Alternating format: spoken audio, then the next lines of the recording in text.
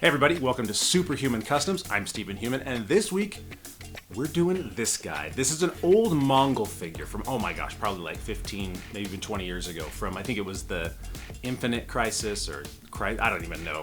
But I've had this guy for a long time, and he's not very articulated. He's kind of chunky, but his size is really good. And so I want to put him on the new Superman shelf.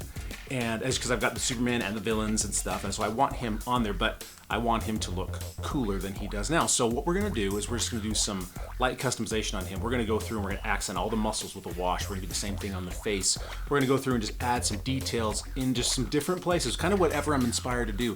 Ding him up a little bit, make him look like he was in battle just a little bit.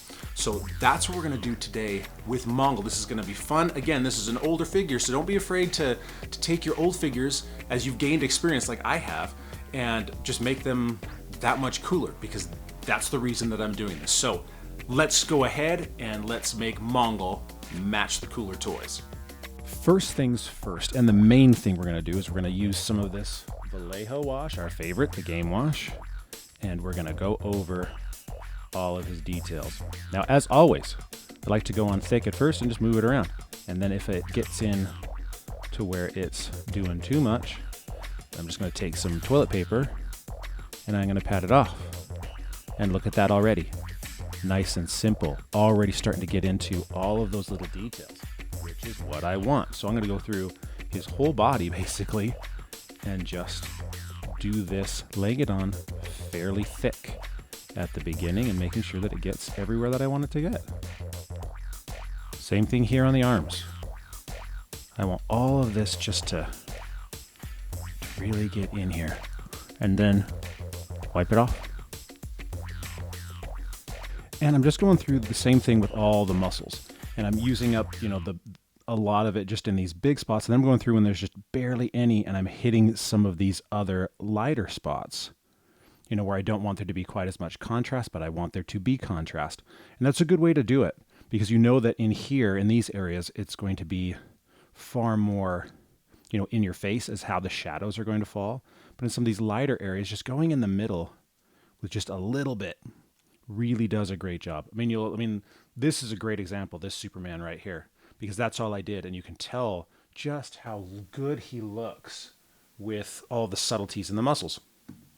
And he's kind of like my example in all of this stuff of when I'm going through and doing this, of how I want them all to look. So that's all I'm doing with this guy, is just to make it so that there's lots of shading and lots of shadows on him that add just contrasting layers to the figure overall. Remember, with the legs and muscles, just go in the grooves here right around them, just accent them, get in there, nice, and then just dab at it. That'll soften the edges, and when it dries, it'll look just a little bit more natural. That's what we want. We want this just to be nice and subtle. Now you can see how different he already looks, and all we've done is the wash. But now what we're gonna do is take a little bit of silver, and I'm just gonna go through and ding up some of these edges here so that you can see that he's been in battle, that he's been dinged up a little bit. I don't want it to look too damaged. I just wanted to give it the feel that it's lived in armor. And those sorts of details really do make a big difference on a character like this. What I've decided to do as I'm going through and adding some of these dings is I'm taking just a little bit of the silver, super light, and just going over some of these areas here where it would be a little bit, where the light would be hitting the muscles a little bit. Because what this is going to do is it's going to give this a little bit of a shine, and it's going to hit those edges and just highlight where the light would be hitting them, and giving it just a hint of being lighter. And I think that will look really cool. So again, it's really subtle. You don't have to do that, but I think it looks cool. These boots also need a little bit of detail. So what I'm going to do is I'm going to hit, and I'm just going to straight paint these edges here to add just a little bit of texture. On the shelf, obviously, he's going to be in the back, so his shoes aren't going to be seen, but I'll know that they're there, and that they look cooler than they did when I put him, when I originally bought him. So I'm going to go through and do this on both of the boots. Now, the one thing I've been very excited to do with this guy since I pulled him out was to light up that with some of the glow-in-the-dark fabric paint, because this stuff catches the light really nice. Oop, that's a little bit of a bubble there. And so we're just going to fill this in, and then I'll take a... There we go. This catches the light really beautifully, and it does kind of absorb some of that light even when the light is out. So I'm going to do a little bit up here too, just a dot. Ooh, it didn't. There we go. And now I'll just go through with a paintbrush and just kind of fill in the spots. Just that simple. I might do 2 layers of this just to see once it's dry of how much it actually covers, but that's going to look really cool.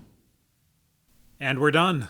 Again, this isn't as articulated as I normally like with a figure, but I think I bought him for literally $1 like 5 years ago. And so for $1, he's a pretty good representation. Plus, he's a good scale with the McFarlane 7-incher. So he's going on the new Superman shelf. And I just like how the textures turned out, just darkening some of this. And that wash is just so spectacular when it comes to just adding some of these little around the muscles and stuff. And then I love this does in fact glow in the dark here in the middle, his face. Everything about this guy turned out great. So I'm really, really excited to have this Mongul be a part of the new Superman shelf as one of the primary Superman villains, and he will be displayed proudly.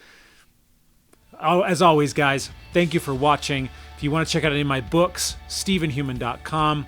And until next time, I'm Stephen Human with Superhuman Customs.